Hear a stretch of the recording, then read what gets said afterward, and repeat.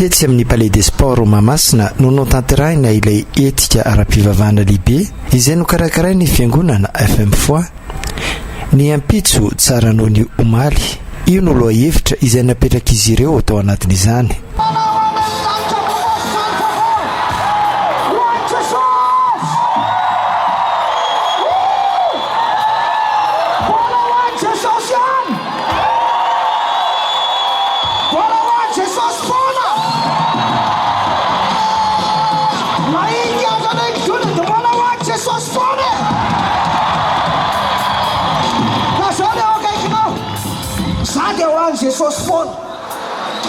Tonga maro dia maro ireo mpino kristianina avy anivon'ny fiangonana FM foi na ny FCTS 7 ary teo ihany koa ireo olona maro izay tonga nanoina ny antso avy tamin'ny alalan'ny onjam-peo. Dia sotra n'Andriamanitra fa namaly vavaka izy tamin'ny nakisan'le aretina dia nandritran'izay volana nataona mihitsy dia niafiafy ny fitoam-pivavahana.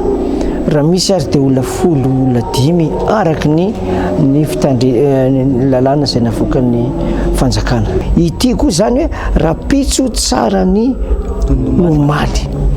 Ny maly io zany rehefa avoazana be teo dia iverena n'ilay fitahina, iverena ny fahasalamana, iverena ny fahombiazana, isy fahasoavana lehibe ho an'i Madagasikara ity fivavahana, fotoam-pivavahana sy ny vavaka tao ity. Na dia tsy misy eo mivantana eo amin'ny fandraisana andraikitra eo anivon'ny firenena aza ny fiangonana FM foi dia miasa mangina sy mivavaka ho an'ireo mpitondra fanjakana isan'ambaratongany ary miezaka manome toromarika ihany koa. Be dia be nge rehefa tonga ny fifidianana dia be dia be ny kandida miditra ny kelakelatra n'ilay fiangonana madinika, mitondra t-shirt, mitondra tennis, mitondra n'izao tadidiny ihany izy rehefa hanao propagande fa rehefa lany izy baibai isany. Azonao tsy manana poids zany ny fiangonana madinika. La preuve rehefa tonga 26 juin ka misy pasterana fiangonana madinika mitsanga anao tsisy. Azonao raha mitsanga anao dia voatisika ny olona hoe ino ny pasteur Benjamin fina nataon'io teo.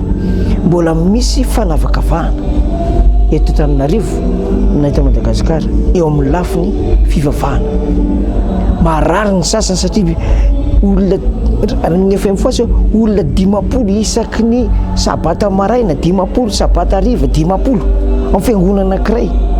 Maharary izy raha ny ambara samy manao an'izany aty be mpisotro toka ary be tsy miady, tsy mifampidirika fa ny fivavahana reo ihany mahatonga an'izao.